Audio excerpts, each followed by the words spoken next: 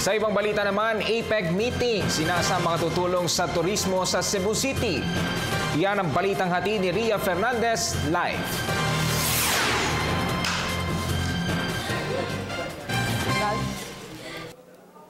Ralph?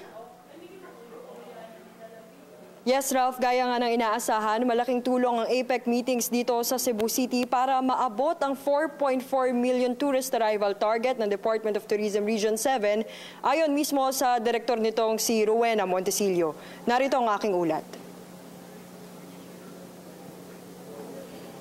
Lagpas sa 2 milyon na ang turistang bumibisita sa Cebu City o kalahati ng 4.4 million target ng Department of Tourism Region 7 ngayong taon. Wala man sa kanilang Tourism Development Plan, malaking tulong pa rin sa turismo ng rehiyon ang pagdadaos ng APEC meeting sa Cebu City ayon Regional Director Rowena Montesillo. For the delegates, we're expecting 2,300 for the working group. No? And I know if we have reached the 2,300.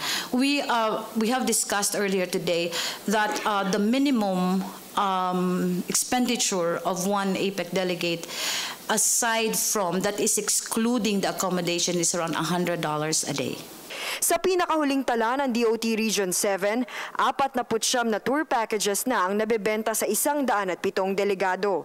Kung 2,500 pesos to 3,000 pesos kada tao ang tour, pumapatak na 250,000 pesos hanggang 300,000 pesos ang kinita ng lungsod sa turismo sa loob lamang ng 10 araw na APEC meetings.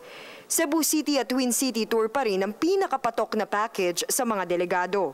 Sa kabila nito, mas nais pa rin daw ni Montesillo na maalala ang hospitality at goods mga Cebuano.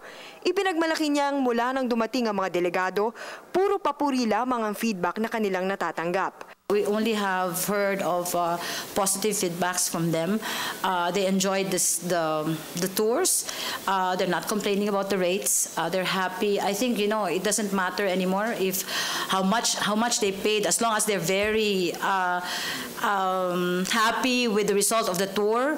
The guide was very informative. The driver handled them very well. Samantala, bukod sa APEC, nakadagdag din ang mga dumadaong na cruise ship sa Cebu City. Nitong nakaraang linggo, isang international cruise liner ang dumaong dito sa kayang mahigit 1,000 turista. Plano ng DOT na gawin na ring cruise destination ng lugar.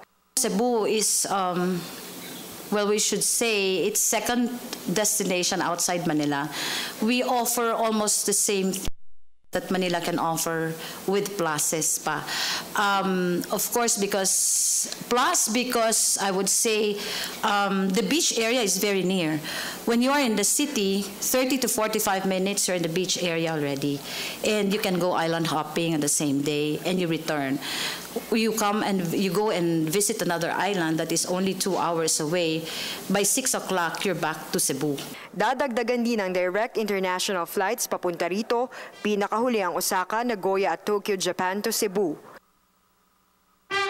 At yan ang ating balita para sa APEC 2015 mula rito sa Cebu City. Sa tulong ng RTVM, ako po si Ria Fernandez para sa Telebisyon ng Bayan. Maraming salamat, Ria Fernandez.